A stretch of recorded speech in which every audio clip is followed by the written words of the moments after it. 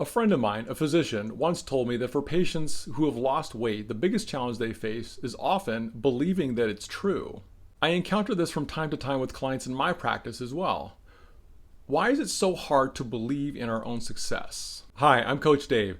I'm an independent OPTAVIA coach, OPTAVIA, and I've been helping people safely lose weight physically and mentally for over 10 years. When we accomplish something and have a hard time believing in our own success, it usually stems from the fact that we are viewing the accomplishment from the point of view of the person we were before we started on the journey toward that accomplishment.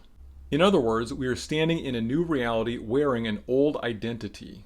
Our identity is what we believe to be true about ourselves and is rooted in our habits of thinking about ourselves. Habits are the automated routines deployed by our unconscious conditioned mind. For many of us starting out, our problem is that most of our habits are not serving us well. If we want to optimize our well-being, we need new healthy habits to overwrite the old unhealthy ones. And that means retooling the conditioned mind. Our conditioned mind is the bundle of unconscious habits of thinking and feeling that we have accumulated over the course of our lifetime.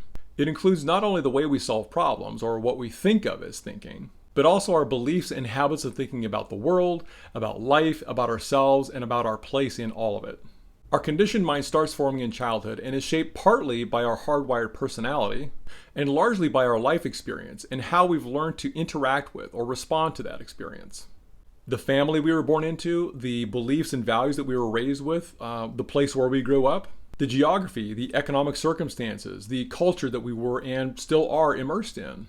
All of this shapes what we've come to understand and believe to be true about ourselves. And most of this is unconscious. We don't really think about it, it just kind of is. Our conditioned mind exists to keep us safe. It does this by looking back, tracking our personal history, and sticking to tried and true methods and patterns of thinking and behaving. Its goal is to make each day the same as the one before. I mean, why not? You made it through yesterday, right? Just run that program again. It does all this by automating what we think or do more than once. That's how any habit is formed, and it doesn't matter if it's good or bad. If we engage in patterned behavior, our brain is pre-programmed to automate the pattern so that next time we do it, good or bad, it takes less conscious effort. Practice may or may not make perfect, but it definitely makes permanent. The conditioned mind's motto is, if it ain't broke, don't fix it.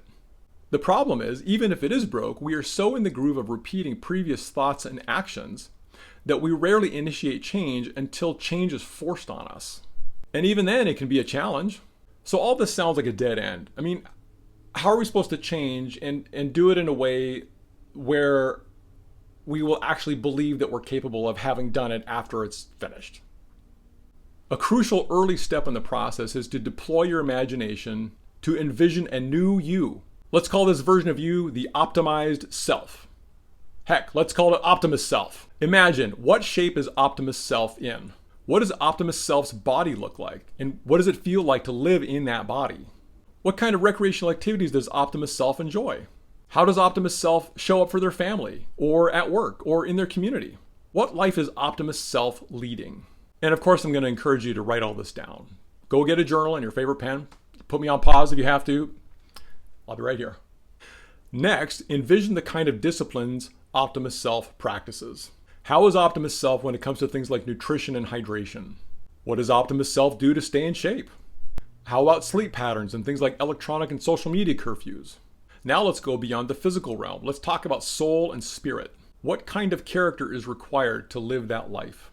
What is Optimus Self's approach to learning and personal growth? How would you describe Optimus Self in terms of things like integrity and grit and resilience and self-esteem and self-confidence? Here's what you're doing. You are uncovering the ways you need to grow and the person you need to become in order to live the life you say you want. You are forging a new identity. Once you have that identity in hand, and it's going to feel clumsy and flimsy at first, and that's okay, but this is key. You will want to behave as if you are that person now. It will feel like imposter syndrome at first. And your inner critic is going to nag you. That's not what we do. Who do you think you are? You want a pro tip? Ignore your inner critic. Their voice is incompatible with Optimus Self. You're going to have to decide which of those two you're going to follow. In my experience, if you behave as if you are Optimus Self long enough, the inner critic will come around. Then as you move toward the horizon of that vision of Optimus Self, it will come into clearer focus and higher resolution. And as you pass milestones along the way, you'll want to expand your reach toward new milestones. Continue to behave as if you are Optimus Self, the one who lives a lifestyle that regularly and intentionally pushes at the boundaries of what's possible in order to expand the boundaries of what's possible for you. Through all of this, treat your vision of Optimus Self as a live document, one you can revisit, refine, and expand on a regular basis. Ask yourself regularly, who do I intend to become?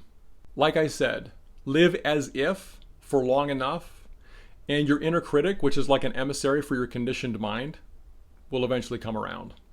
And when it does, you will finally believe that it's true.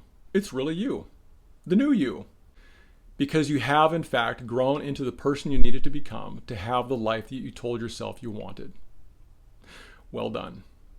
So who is the version of you that lives like this? Who is your Optimus Self? I'd love to hear it. I hope this is helpful. If it is, share it with someone you care about. And if working on your health goals with me as your coach is something you'd like to explore, go to my website, mycoachdave.net, and click Explore.